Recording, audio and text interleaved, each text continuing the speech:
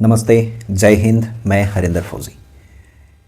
मेरे सभी साथियों, जैसा कि मैं अभी पिछले 29 जनवरी 2025 को आप लोगों ने देखा होगा चंद्रशेखर आज़ाद जी की रैली में। चंद्रशेखर आज़ाद रावण, अभी वो रावण नहीं कहते, अपने आप को चंद्रशेखर आज़ाद ही कहते हैं, एडवोकेट चंद्रशेखर आज़ाद। तो उनकी रैली में मैं वहाँ पे भारतीय सेना के साथ जिस तरीके से शोषण, अन्याय, ज्यादती हो रही है, ख़ासतौर से जवानों के साथ, जिस तरीके से देश की सुरक्षा के साथ मजाक बनाया जा रहा, इन सारी चीज़ों को लेकर के एक लेटर के माध्यम से मैं वहाँ पे अपनी चीज़ों को रखा था। और अभी आगे कल वहीं अयोध्या मिल्कीपुर में उत्तर प्रदेश के पूर्व मुख्यमंत्री अखिलेश यादव जी आ रहे हैं। माननीय अखिलेश यादव जी, अगर सांसदों के नंबर से देखा जाए तो देश में तीसरे नंबर की पार्टी है, और जो जाति व्यवस्था चलती है उसके हिसाब से देखा जाए तो लोग कहते हैं मैं यादव हूँ, और यादव समाज के सबसे बड़े नेता रहे। तो उनके लिए भी मैंने एक पत्र तैयार किया है, एक लेटर तैयार किया है। वही जो सभी लोगों को ये लेटर दिया जाता है, सिर्फ नाम बदल जाते हैं, चीज़ें वही हैं जो सेना के जवानों के साथ हो रहा है। उन्हीं चीज़ों की पार्लियामेंट में चर्चा हो, इन बातों पे भी ध्यान दिया जाए। यार, सेना के जवान देश की हिफाजत के लिए अगर इतनी अपनी सब कुछ कुर्बान करते हैं, अपने प्राणों तक का बलिदान देते हैं, अपने प्राणों की आहुति तक देते हैं, तो क्या पार्लियामेंट में उनके लिए जगह नहीं है? पार्लियामेंट में उनकी बात नहीं होनी चाहिए?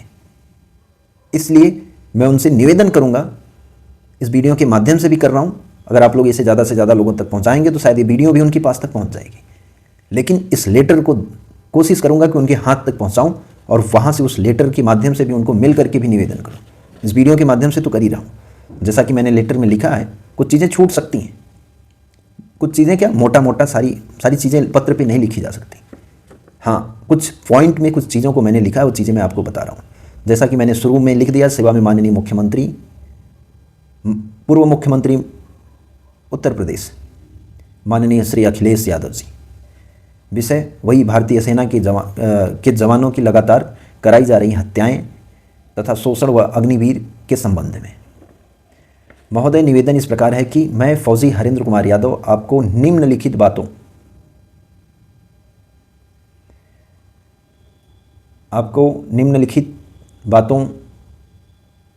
बातें अवगत करा रहा हूँ, जिसका पुख्ता प्रमाण मेरे पास है। पहला, सेना में चल रही सेवादारी प्रथा, बूट पालिश करना, कुत्ते घुमाना, कपड़े धुलना इत्यादि पर्सनल काम कराना को तत्काल खत्म किया जाए। दूसरा, सेना के कुछ नियम जैसे सीओ को जज बनने की पावर को ख़त्म किया जाए, जिससे जवानों को नौकरी से निकाल दिया जाता है। अगर सीओ के पास ये पावर ना हो, वो जज ना बन सके, तो ऐसे अनाप शनाप डिसीजन नहीं दे दे, किसी को पेट पे लात मार के निकाल ना दे। ये अधिकार उसके पास नहीं होना चाहिए कि किसी को सेवा से बर्खास्त कर दे, सेवा से एकदम निकाल दिया जाए, जिस पे कोई सुनवाई ही ना हो। एक जज बन करके ऐसे फैसले लिख दे कि कोई उसकी सुनवाई ही ना हो, आजीवन उसके ऊपर ठप्पा लग जाए, कलंक लग जाए। तो इन चीज़ों को ख़त्म किया जाए, जवानों को नौकरी से इस पर रोक लगाई जाए, जिससे जवानों को नौकरी से निकाल दिया जाता है, इस पर रोक लगाई जाए। तीसरा है, सेना में किसी भी जवान को अगर सज़ा दी जाए तो उसकी वीडियो आइडियोग्राफी की जाए, जिससे जवानों का शोषण रुक सके और सच्चाई सामने आ सके। उस वीडियो आइडियोग्राफी की एक प्रति उस जवान को भी दी जाए। चौथा, सेना से अब तक जितने जवानों को बर्खास्त किया गया है, इस पावर का मिसयूज करके उनको सेवा में लिया जाए, अन्यथा पेंशन दी जाए। भाई, उसने नौकरी यार हासिल करी है, वो किसी ने उसको भेंट में नहीं दिया है, दहेज में नहीं दिया है, अपने दम पे उसने उस सर्विस को ज्वाइन किया है। तो उसको ऐसे अपनी मनमर्जी के मुताबिक इस तरीके से पावर का मिसयूज करके, सिर्फ कुत्ते न घुमाने, बूट पालिश न करने देने की वजह से उस पावर का मिसयूज करके, सिर्फ डिसिप्लिन के नाम पे शोषण करके उस जवान को, जितने लोगों को निकाला गया, उनकी पेंशन बहाल की जाए, अदरवाइज उन्हें सेना में लिया जाए। अगला है पांचवा, कि सेना के अंदर गठित होने वाली कोर्ट एससीएम, डीसीएम व जीसीएम को बंद किया जाए, वह मामले को सीधा AFT army force tribunal court में विचाराधीन किया जाए। क्योंकि इनके पास जो एएफटी, जो एससीएम, जीसीएम, डीसीएम में जो बैठते हैं, उनके पास वकीलों की भी डिग्री नहीं होती। और जब एएफटी पर्याप्त है तो गवर्नमेंट के पैसे को क्यों इतना जाया किया जा रहा है, देश के पैसे को क्यों डुबाया जा रहा है? भाई, एएफटी खाली पड़ी है, इतनी एएफटी है, ऐसी क्या ज़रूरत है कि सेना के अंदर भी कोर्ट गठित करना पड़ रहा है? एएफटी फिर किस लिए है? हाई कोर्ट, सुप्रीम कोर्ट एक अलग एएफटी दे दिया, उसके बाद भी सेना के अंदर भी कोर्ट चल रही है, जिसमें एक वकील की भी डिग्री नहीं होती है। तो इन चीज़ों को ख़त्म किया जाए।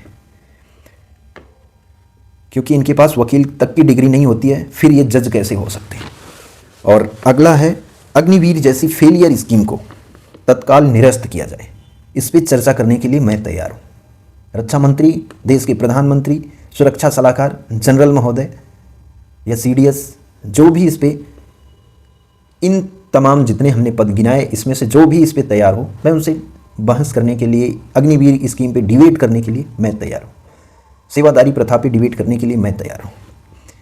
सातवां, मेरे साथ हुए शोषण का वीडियो आइडियोग्राफी के तहत जिस मामले को ऐसे पन्नों पे सिर्फ लिख करके, अपनी पावर का मिसयूज करके पन्नों पे लिख करके बाहर कर दिया गया और पन्ना भी नहीं दिया गया, तो उस चीज़ को पुनः वही कार्रवाई वीडियो आइडियोग्राफी के तहत करा दी जाए।